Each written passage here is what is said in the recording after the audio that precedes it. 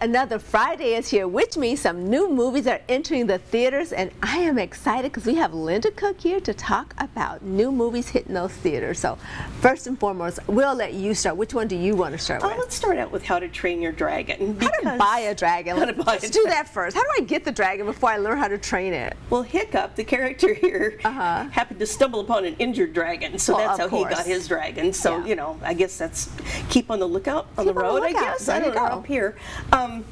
This is sort of a reboot of the original animated movie, but this combines CGI with live action. And it's really well done. I love this story about a young man who isn't really what his father wants him to be. And when it comes time for him to kill the dragon that he has found, he can't do it. Of course you can't. And begins to realize that this creature is not the fearsome, horrible beast that he was, that he grew up to understand it was.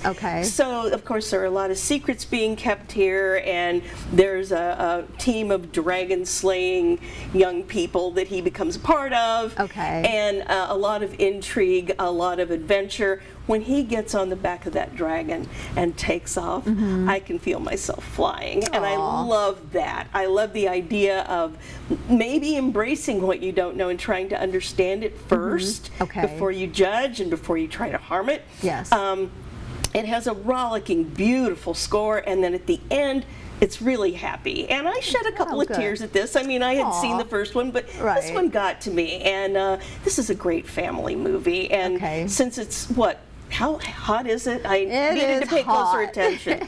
But 80s and 90s, and then the feels like temperature, and the humidity, and the rain, and go to the theater and enjoy the coolness, and this cool movie. The popcorn, and learn how to train a dragon. That's right. That's right. Everybody needs to know. But some good life lessons in this movie. Exactly. And at the very, very end of the credits, there's a few seconds of an extra scene. That points the way toward more of these. Of course. Which is fine with me.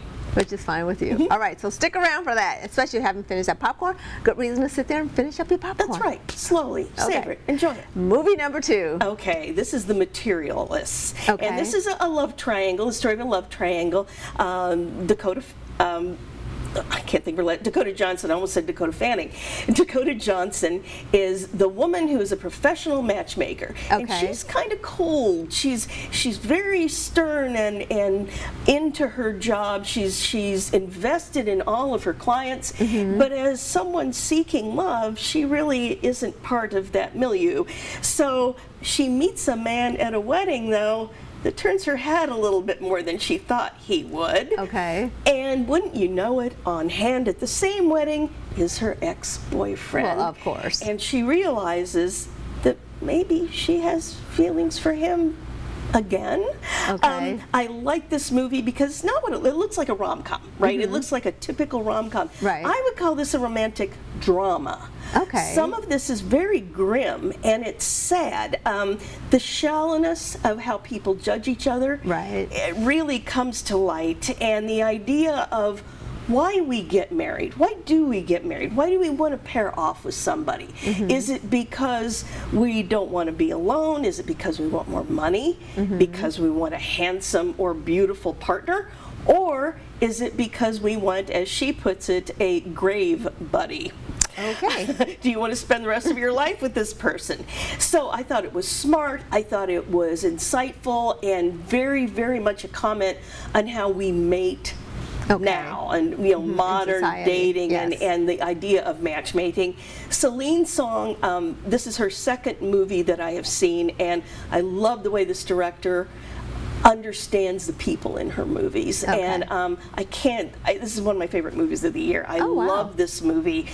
Great ensemble here, and if you've never been to New York, I've only been there once, but now I want to go again. Now you want to go again. This makes New York look so beautiful and so romantic. I just thought this was a terrific movie. This is not one for the kids. Not one for the kids, folks. This is for adults, grown-up outing. But I would give it 4 out of 4 stars. I didn't think it missed a beat, and I would watch this movie again. It is really, really good, but not always as uplifting as you might think it is. All right, so this one 4 stars, but How to Train Your Dragon, how many stars? 3.5.